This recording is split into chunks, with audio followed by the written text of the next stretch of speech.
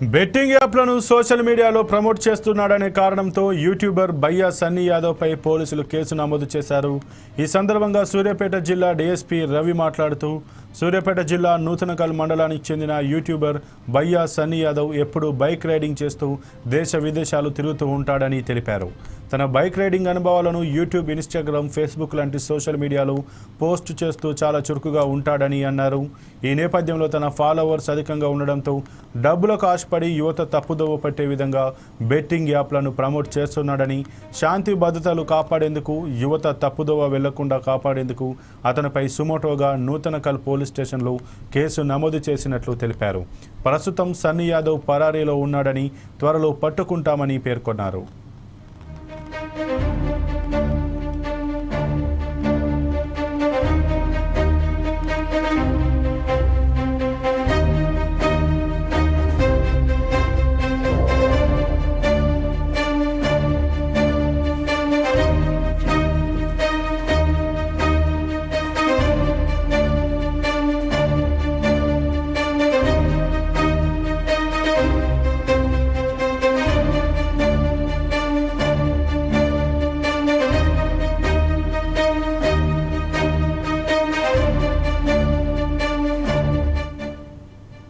సందీప్ ఇతను సూర్యాపేట జిల్లా నూతనకల్ మండలం సంబంధించిన వ్యక్తి.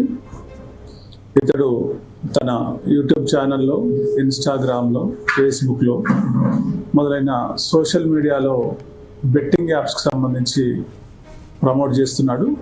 దీనివల్ల యువత చెడిపోయే ప్రమాదం ఉంది కాబట్టి అతనిపైన నూతనకల్ పిఎస్లో ఈ నెల 5వ తారీఖున కేసు నమోదు చేయడం జరిగింది. అతన్ని అరెస్ట్ చేసేది ఉంది.